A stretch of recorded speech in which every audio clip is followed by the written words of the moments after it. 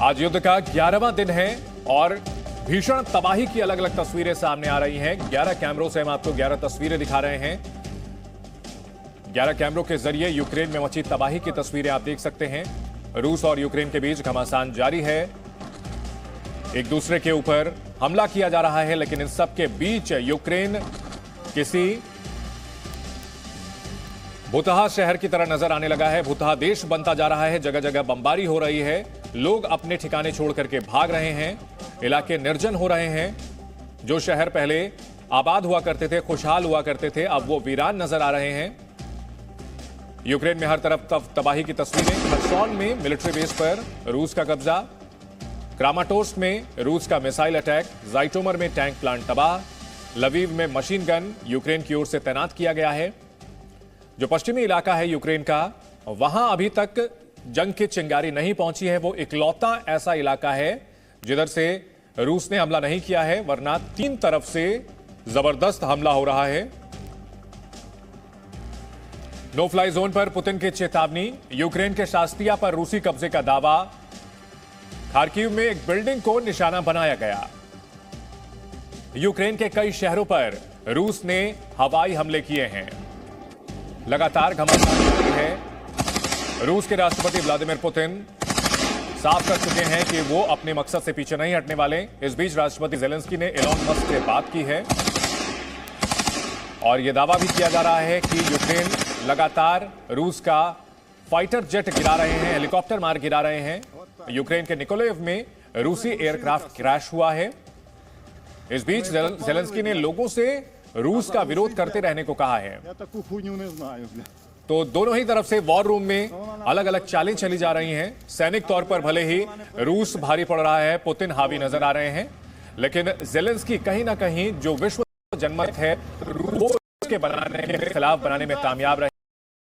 तो हमारे साथ बने हुए हैं सचदेवा साहब। अगर बात की जाए इस पूरी लड़ाई की, निश्चित तौर पर रूस जो है अभी पब्लिक ओपिनियन रूस के खिलाफ नजर आ रही है, लेकिन रूस बहुत ज्यादा इसकी केयर करता नहीं है। पहले भी क्रीमिया को कब्जे में लिया, जॉर्जिया पर हमला किया और अपनी छवि को लेकर बहुत ज्यादा चिंतित नहीं है। लेकिन इन सबके बीच सवाल खड़े होते हैं नेटो और अमेरिका पर, जिन्होंने पहले उकसाया यूक्रेन को, जो बातचीत से मामला सुलझ सकता था। शायद बातचीत कभी किसी के एजेंडे में था ही नहीं, जंग करवाना ही चाहते थे।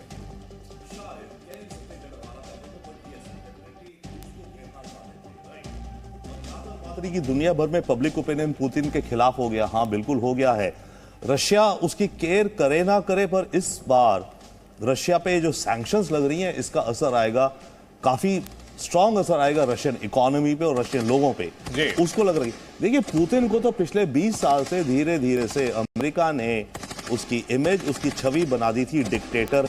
ओके, लेकिन इन सबके बावजूद वो टिके हुए हैं, और न सिर्फ टिके हुए हैं बल्कि रूस की इकोनॉमी को काफी उन्होंने मजबूत किया। इस बीच एक बड़ी खबर आ रही है, यूक्रेन रूस युद्ध से जुड़ी बड़ी खबर। यूक्रेन के सैन्य ठिकानों पर रूस का बड़ा हमला, सुखोई 34 जेट से सैन्य ठिकानों पर बमबारी की है, हमला किया है रूस ने। तो 11वें दिन अब हमले की रणनीति बदलती हुई दिख रही है। पहले की तरह लगातार आगे बढ़ने के बजाय अब सिलेक्टिव ठिकानों पर वार किया जा रहा है। इस बीच यूक्रेन का प्रतिरोध भी देखने को मिल रहा है और सैनिक ठिकानों पर सुखोई 34 जेट से सैन्य हमला किया गया है। ये तस्वीरें भी सामने आनी शुरू हो चुकी हैं। सुखोई 34 से वार किया जा रहा है रूस की तरफ से, धीरे धीरे अपने टारगेट को सॉफ्ट करने की कोशिश। यूक्रेन भी जानता है कि वो रूस के सामर्थ्य का बहुत लंबे समय तक मुकाबला नहीं कर सकता, लेकिन इसका पूरा इस्तेमाल करके कहीं ना कहीं वो नेटो और अमेरिका को उकसा रहा है। रूस के विमानों को ध्वस्त करने का दावा किया जा रहा है यूक्रेनी मीडिया की ओर से। एक इंफॉर्मेशन वॉरफेयर भी लड़ी जा रही है और इस इंफॉर्मेशन वॉरफेयर में निश्चित तौर पर पश्चिमी देशों की मदद से यूक्रेन रूस पर हावी होता हुआ नजर आ रहा है। रूस मिलिट्री माइट में काफी आगे, लेकिन 11 दिन तक टिके रहना, यह भी सवाल उठता है कि क्या इसे ही पुतिन की हार मान लिया जाए कि 11 दिनों तक यूक्रेन उनका मुकाबला करता रहा, या फिर यह रणनीति थी कि शुरुआत में हमला किया जाए, सिविलियंस वहां से बाहर निकले और उसके बाद ऑल आउट अटैक की रणनीति अपनाई जाए। और सुखोई 34 जेट से अब हमला किया है। रमेश सचदेवा, अब जो रूस के हथियार हैं जिससे पूरी दुनिया खौफ खाती है, सुखोई जैसे विमान अब निकल रहे हैं, क्या 11 दिनों बाद इन विमानों को निकालना कोई स्ट्रैटेजी? हम कह नहीं सकते, but yes, you are very right. In fact काफी ये अटकलें चल रही थी कि रशिया ने शुरुआत में ही अपने बड़े बड़े बॉम्बर्स क्यों नहीं भेजे, जो एयरक्राफ्ट जो बॉम्ब गिराते हैं, राइट, वो क्यों नहीं भेजे? कुछ पता नहीं, कुछ कह नहीं सकते क्यों नहीं भेजे। दूसरी बात, ये जो इनका बाकी, तो देखिए यूक्रेन बहुत बड़ी जमीन है। यूक्रेन शायद यूरोप का, अगर यूरोप देखे, सबसे ज्यादा लैंड या नंबर 2 एरिया है यूक्रेन का, राइट।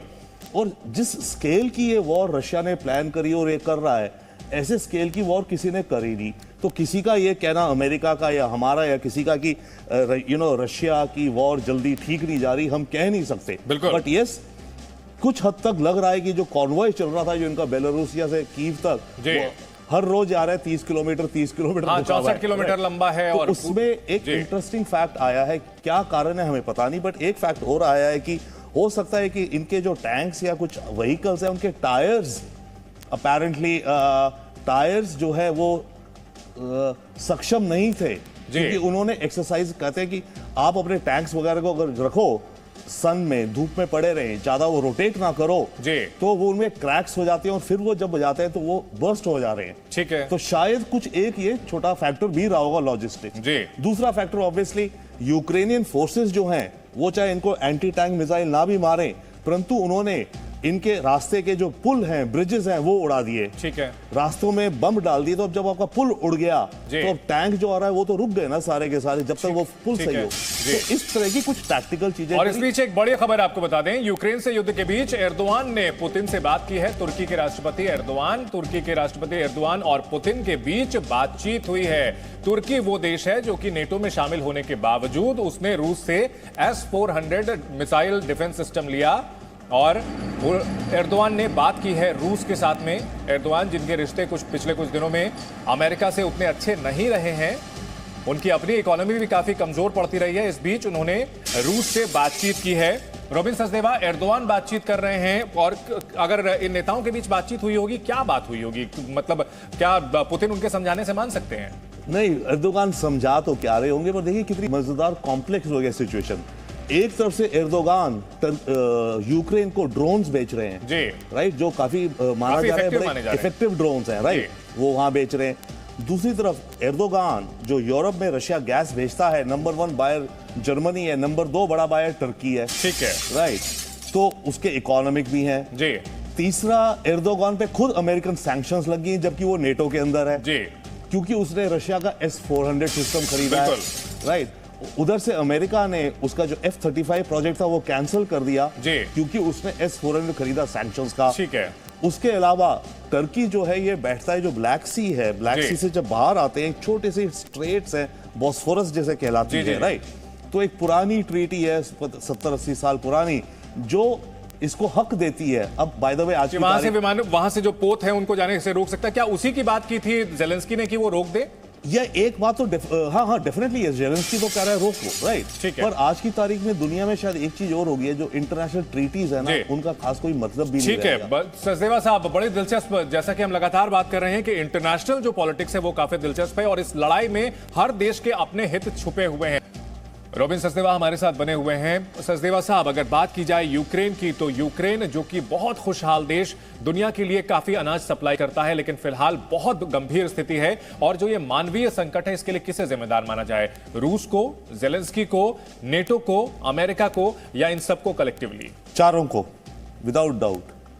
ये देखिए, नेटो, पहली बात, नेटो एक्सपेंशनिज्म है। हम चीन के विस्तारवादी की बात करते हैं, साउथ चाइना में विस्तार कर रहा है। ये पिछले 20 साल से अमेरिका और नेटो का विस्तार चल रहा है यूरोप के अंदर, दैट्स वन। यूक्रेन के अंदर पब्लिक ओपिनियन कुछ रूस के अगेंस्ट था, पर पिछले 15-20 सालों में ज्यादा उसको भड़काया गया, उकसाया गया क्लियरली बाय अमेरिका, राइट। और आज की तारीख में डेफिनेटली जो युद्ध अभी हो रहा है वो तो पुतिन की रिस्पॉन्सिबिलिटी, बिकॉज पुतिन ने पहला कदम लिया है, राइट, पहला कदम क्या पूरे एग्रेशन में चला गया। बट जेलेंस्की को तो मैं कहता हिस्ट्री डिफाइन करेगी, राइट या wrong in a way, right. Hero तो ये बन गए, लीडर हैं, राइट, पर इनको भी ये है कि इन्होंने क्या उकसाया अपने देश को। इन्हें देखिए पहले से पता था, नेटो और अमेरिका ने बोला था हम तो आएंगे नहीं, जो अभी तक नहीं है, हम कोई अपने ट्रूप्स तो डालेंगे नहीं, पर हम तो मदद करेंगे, सैन्य मदद इत्यादि। तो जेलेंस्की को पता तो है भाई रूस की कितनी मिलिट्री माइट है, वो इन्हें पता है। इधर इन्हें पता है कि नेटो और अमेरिकी हमारे साथ लड़ने नहीं आएंगे। तो इन्हें फंडामेंटली एज अ लीडर जब ये वॉर में गए और उकसाते गए, तो इन्हें ये तो पता है ना कि लड़ना तो इन्हीं को पड़ेगा, और जो क्षति होगी इन्हीं की देश की होगी।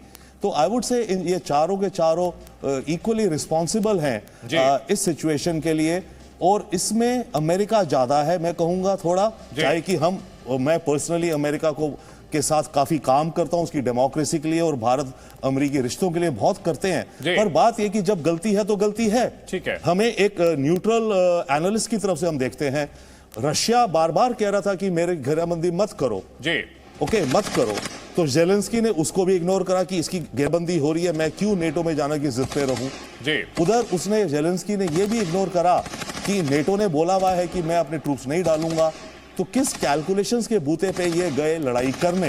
अब हम ये नहीं कह रहे कि यूक्रेन को सरेंडर कर देना चाहिए था रूस के प्रेशर के अंडर। ये यहाँ बातचीत की कोई गुंजाइश नजर आती है, क्योंकि तीसरे चरण की बातचीत कल होने वाली है। क्या इस बातचीत में सीज फायर होगा?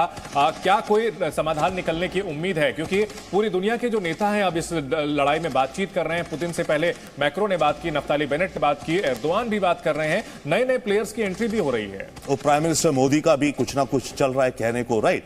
नहीं, इसमें देखिए जो एंड रिजल्ट है वो नहीं बदलेगा, रशिया जाता रहेगा। अभी जो इस बातचीत से समाधान निकलेगा वो केवल और केवल यही निकल सकता है कि युद्ध विराम हो जाए कुछ टाइम जी,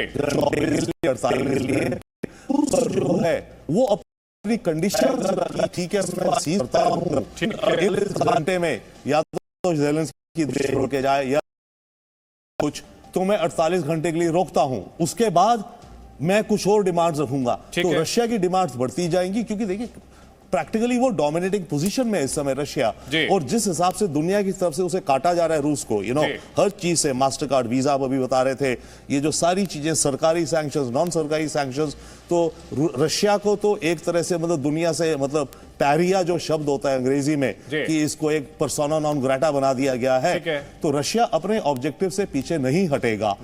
बट यस, जो वार्ता होगी ये वाली, इसमें यही होगा। अभी आप मिन्स्क एग्रीमेंट की बात करें, मिन्स्क एग्रीमेंट पर मैं आऊंगा, उससे पहले ये सवाल मेरा ये है कि जो मिन्स्क एग्रीमेंट था उसमें फ्रांस और जर्मनी की काफी सक्रिय भूमिका रही थी, उन्होंने जो है बीच में मीडिएटर की भूमिका निभाई थी। क्या वही भूमिका ये यहां पर निभा पाएंगे? क्योंकि कहीं ना कहीं उनके ऊपर अमेरिका का दबाव भी होगा।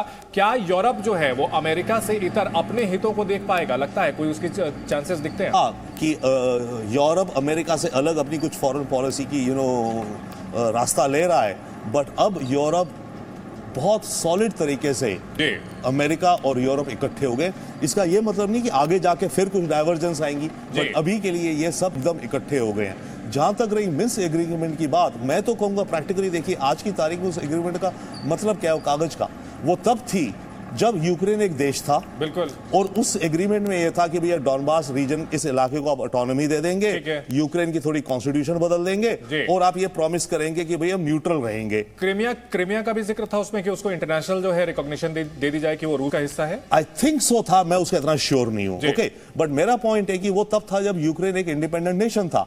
अब आज की तारीख में रूस की फोर्सेस यूक्रेन के जमीनी उस पे हैं, रूस ने इतनी शक्तिशाली है, दुनिया से उसको अलग थलग कर दिया गया है, तो अब रूस वो मिन्स्क एग्रीमेंट की क्या बात, रूस तो डोमिनेट बात करेगा। बिल्कुल, लड़ाई का 11वां दिन है, कवरेज लगातार जारी है। जी न्यूज 24 घंटे आपको इस लड़ाई से जुड़ी हुई पल पल की अपडेट दे रहा है। Presenting B news app available on Google Play and App Store, download it now.